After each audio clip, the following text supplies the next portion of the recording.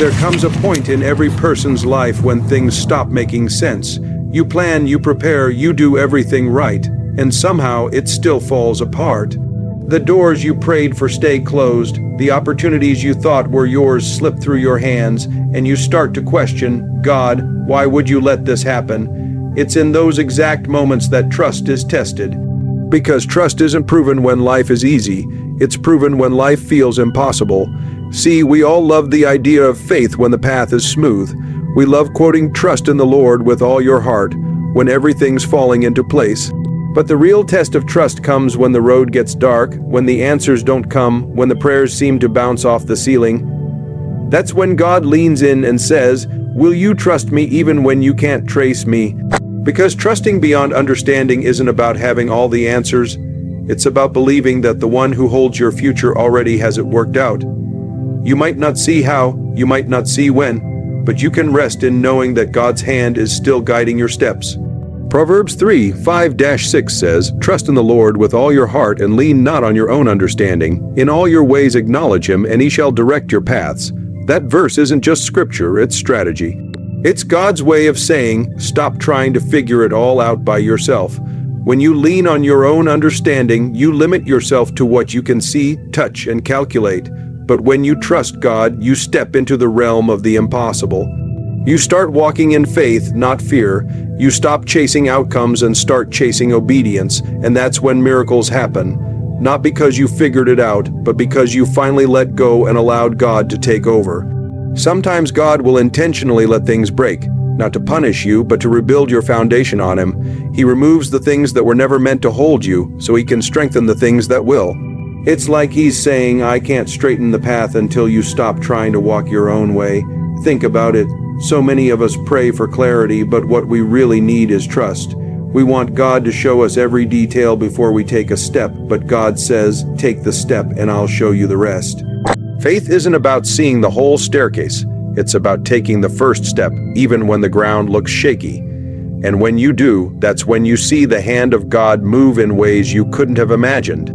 There will be seasons when the path feels crooked, confusing, and full of pain. Maybe you're in that season right now. Maybe you've cried tears in silence, wondering if God still sees you, but I promise you this, he hasn't forgotten you. The silence isn't his absence. The delay isn't his denial.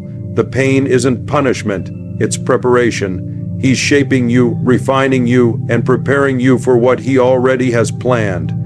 Trusting beyond understanding means letting your faith speak louder than your fear.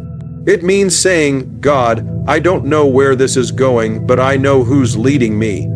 It means believing that even when the plan changes, the promise remains the same. When you truly trust God, you stop needing explanations. You start expecting transformation. You stop asking, why me, and start saying, use me. You begin to see how every closed door protected you, how every delay developed you, and how every detour directed you. What you thought was the end was actually the beginning of something divine. And that's what makes trusting God so powerful, because he doesn't just fix your path, he straightens it. That means even the crooked parts of your journey, even the painful chapters, even the parts that didn't make sense, he uses them all to guide you toward purpose. So the next time life throws something your way that you don't understand, pause and remind yourself, this isn't the end of the story. God is still writing. And when you trust him beyond your understanding, he won't just get you through it. He'll transform you through it. Your faith is your foundation. Your trust is your testimony. And when you keep walking, even through the fog, you'll look back one day and realize God was making your path straight the whole time. One of the hardest lessons you'll ever learn in life is that God's timing rarely matches your own. We live in a world that moves fast, where everything is instant. We want answers now, results now, blessings now, but God doesn't operate on human schedules. He doesn't rush and he doesn't panic. He's not moved by your deadlines. He's moved by your development. Because before he delivers the promise, he has to prepare the person. It's easy to trust God when things are happening quickly. But what about when the waiting feels endless, when you've been praying for months, maybe years, and it feels like heaven is silent? When everyone else seems to be moving forward while you're stuck in the same place, that's when your faith starts to wobble. That's when you start asking questions like, God, did I miss something? Or are you still working in my life? But what you don't realize is that in the stillness, God is working the most. You see, delay doesn't mean denial. Just because it hasn't happened yet doesn't mean it won't happen. Sometimes God holds things back because the version of you right now isn't ready to carry what He's preparing to give you. He's shaping your character, testing your patience, strengthening your faith, and building endurance within you. Because a blessing given too soon can become a burden. It's like planting a seed. When you put it in the ground, you don't see anything for a while. It's buried, it's dark, and it looks like nothing is happening. But underneath the surface, that seed is growing roots. It's getting stable, it's being prepared for growth. If you dig it up too soon because you got impatient, you'll destroy what could have been something beautiful. And that's exactly what happens when we move ahead of God. When we try to force things in our own timing, we end up breaking what He was building. The truth is, sometimes God will intentionally slow you down to protect you. Maybe you were ready for the opportunity, but the opportunity wasn't ready for you. Maybe the thing you're praying for still has some pieces that need to fall into place. And God, in His infinite wisdom, says, wait, trust me, it's coming, but not yet. Because He knows that a premature blessing can bring permanent pain. Think about the story of Joseph. God gave him a dream, but Joseph didn't go from the dream to the throne overnight. He went through betrayal, through slavery, through prison. Every step looked like a setback, but it was really setup after setup after setup. What looked like delay was divine direction, because if Joseph had gone straight to the palace without the process, he wouldn't have been the man capable of handling the power. God's timing wasn't late, it was perfect, and it's the same with you. You may not understand why it's taking so long, but trust that there's purpose in the pause. The waiting season is where faith is forged. It's where patience becomes your power. It's where you stop trying to control outcomes and start trusting God's plan. Because if He promised it, He'll perform it. But it has to happen when both you and the moment are ready to meet. You don't need to chase what's meant for you. God will align it perfectly in His time. What's yours will find you when you're positioned for it. And when that moment comes, it'll happen so smoothly, so effortlessly, that you'll look back and say, now I understand why I had to wait. Sometimes the greatest act of faith isn't moving forward, it's being still. It's saying, Lord, I trust you even when I don't see results. I'll wait as long as it takes because I know what you're preparing is worth the patience. And while you wait, worship. While you wait, prepare. While you wait, keep your heart right, because waiting with faith builds the strength you'll need to sustain the blessing once it arrives. When God finally moves, He moves suddenly. All the years of waiting can turn into one moment of breakthrough. The job comes, the healing arrives, the relationship restores, the door opens, and you realize every delay was divine. Every no was a setup for the right yes. Every pause was protection. So when life slows down, don't let frustration steal your faith. Instead, remind yourself, God's not late, He's preparing me, He's aligning things I can't see. He's building something bigger than what I've been praying for. Because His timing may not be what you expected, but it's always exactly what you needed. When you trust His timing, you stop asking when God and start saying, whenever you're ready, I'm ready too. That's when peace replaces pressure.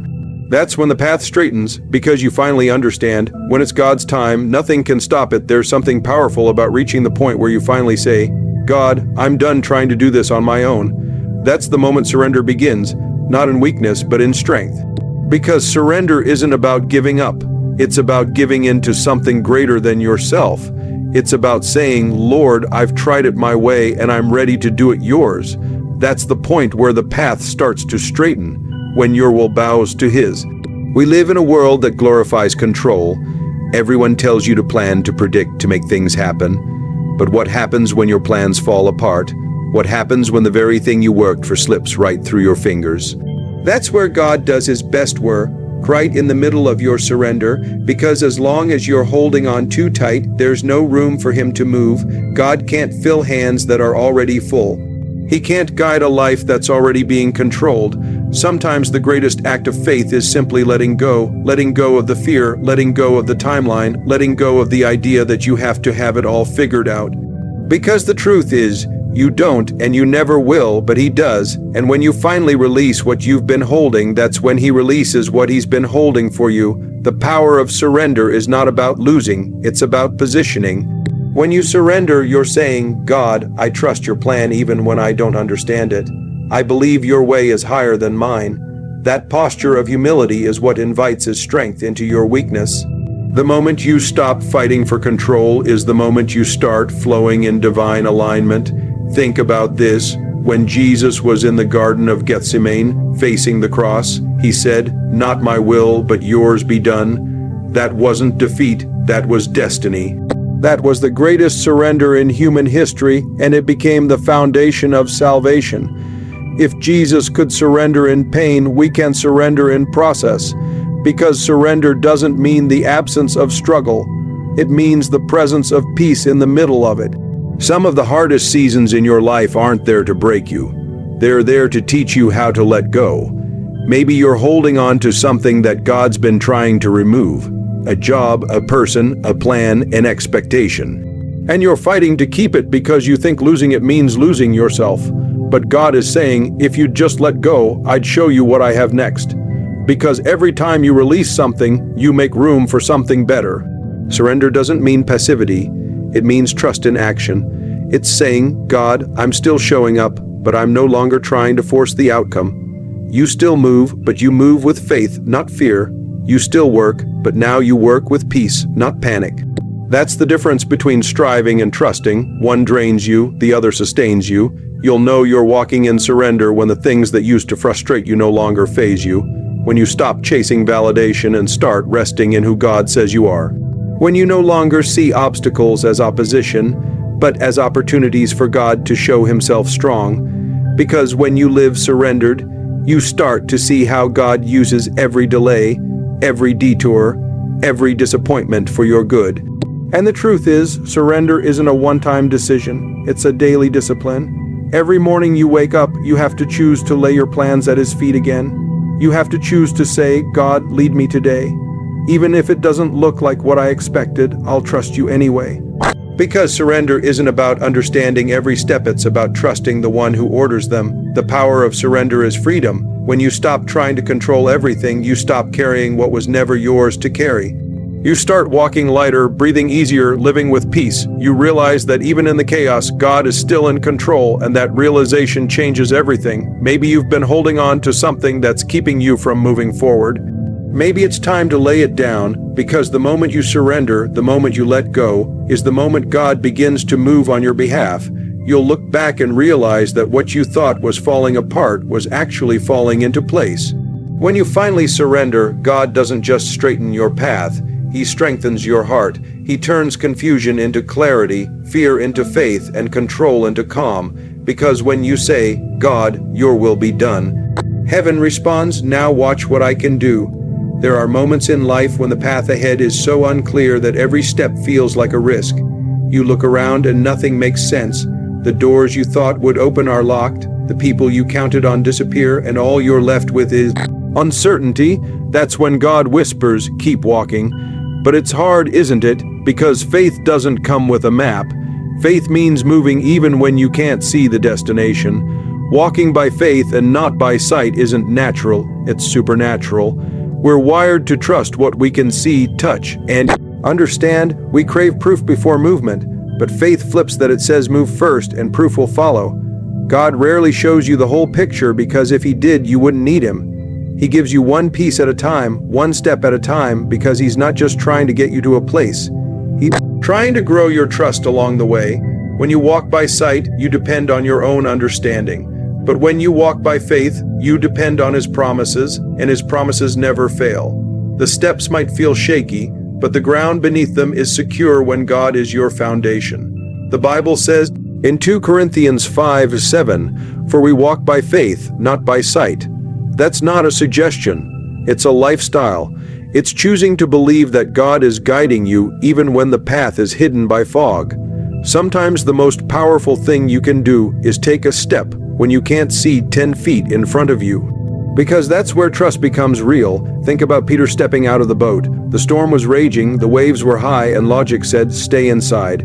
But Peter said, Lord, if it's you, call me out. And Jesus said, come. That one word was all Peter needed. He didn't need calm seas. He needed confidence in the one calling him. He stepped out, and as long as his eyes were on Jesus, he walked on what should have drowned him. That's what faith looks like. Stepping into the impossible because you know who's walking with you. Faith isn't blind, it's visionary. It sees beyond what eyes can see. It looks past the pain and believes in the promise. It looks past the obstacle and sees the opportunity. It looks past the temporary and holds on to the eternal. Because faith understands that what you see isn't all there is. God is always working behind the scenes when you walk by faith. You have to silence the noise of fear. Fear will always scream louder than faith if you let it. Fear says, "What if you fail?" Faith says, "Even if I fail, God will still be faithful." Fear says, "What if it doesn't work out?" Faith says, "What if it does, and even better than I imagined?" The difference between where you are and where God wants to take you often comes down to one step of faith. Maybe you're standing at a crossroads right now. Maybe you're scared to move because you don't see the outcome, but that's exactly where faith is born, in the tension between uncertainty and obedience. God doesn't require you to see the finish line. He just asks you to start walking, because every step in faith brings you closer to His promise. And here's what I've learned. When you walk by faith, God aligns things you didn't even know needed aligning. He brings people, opens doors, and removes obstacles in ways that make no sense. You look back and realize, there's no way I could have orchestrated that myself. That's when you know you've been walking in His will. Faith isn't the absence of fear, it's the decision to move forward despite it.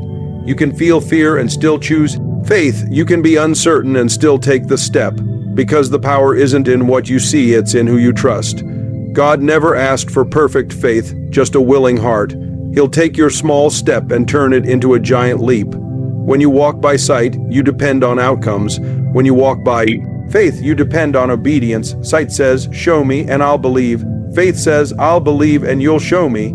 That's how mountains move. That's how destinies are shaped. So don't wait until you can see it clearly. Don't wait until everything feels safe. Step out now, even if your knees shake, even if your voice trembles. Walk anyway, because God never promised it would be easy, but He promised it would be worth it. And when you look back, you'll realize that every uncertain step was leading you straight into His purpose. When you walk by faith, you're not walking alone. Heaven walks with you, grace surrounds you, purpose guides you, and one day when you reach the other side, you'll look back and say, "I couldn't see it then, but now I know. God was making my path straight the entire time." There's a power that comes from pain when you put it in God's hands, because every trial you've gone through, every season of confusion, every tear you've cried, it's not wasted. God never wastes a wound. He turns your struggle into strength and your pain into purpose. That's what transformation is about. It's not just about changing your situation, it's about changing you. Because when God gets done with you, you don't just come out of the storm, you come out with a story. We all want the testimony, but few are willing to go through the transformation it takes to have one. We want the victory without the valley, the glory without the grind, but transformation happens in places we least expect, in the hard seasons, in the waiting, in the breaking. God uses those moments not to destroy you, but to develop you, because the version of you that walked into the storm can't be the same one that walks out of it. See, transformation is what happens when trust meets testing. It's when your faith is forced to grow because comfort can't sustain you anymore. And through it all, God is shaping your heart, refining your character, and preparing your spirit for what's next. You might not see it when you're in the middle of it, but one day you'll look back and realize that every painful chapter was necessary to bring you to this place. When God transforms you, it's never just for you. It's for someone else who needs to see what faith looks like in motion. Your testimony becomes the evidence of His faithfulness. That's why the enemy fights you so hard, because he knows your story carries power. He knows that when you rise from what tried to break you, others will find hope in your survival. That's why the storm had to come, because God was writing a story in your life that only pain could produce. Maybe you've wondered, why me? Why did I have to go through that heartbreak, that sickness, that loss? But the truth is, it had to be you, because God knew you'd survive it. He knew you'd keep walking even when you were weary. He knew that your scars would one day speak louder than your suffering. Every time you chose to trust Him instead of giving up, heaven took notice. That's transformation.